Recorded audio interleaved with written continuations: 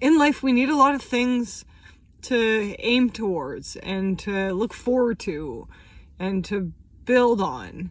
And, when you have a disability and it's not life-threatening, but it's so debilitating that you can't sustain a regular approach to life, that becomes challenging to find purpose and meaning. A lot of people in life think that your job equals your life and purpose. I've really learned that you can't be defined by just one thing, because when you're defining yourself by just that one purpose, if that becomes not really possible or feasible anymore, then you start to lose yourself, and then you start to lose your meaning and purpose.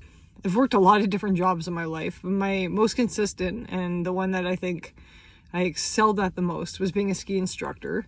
And that doesn't sound like much, but it was a lot to me, because I knew a lot of people that I was teaching. Those 2 weeks that they would spend with me was like everything. It was a big part of their year, something that they really looked forward to. And I really wanted to provide this excellent experience for people to help kind of reset them for when they went back to their regular life. And I found meaning in that, and I found purpose in that. And I think I definitely lost that for a while, and I didn't know who I was outside of being a skier. We don't talk about how a lot of people that have disabilities and have acquired them later in life led this life where they thought they knew where their purpose and meaning was coming from, and then they sustain this thing, and that trajectory is now different. And we have to discover new ways of finding purpose and meaning in life. So this winter has been tough for me. It's probably been one of my toughest winters. I've been just mentally really down. I've been struggling a lot. But the difference between this year and other years is that I'm aware of the depression. And I'm trying to take better self-care and trying to be more aware of it by doing things like getting out and making sure that I go for a walk with Mr. Maps, my service dog.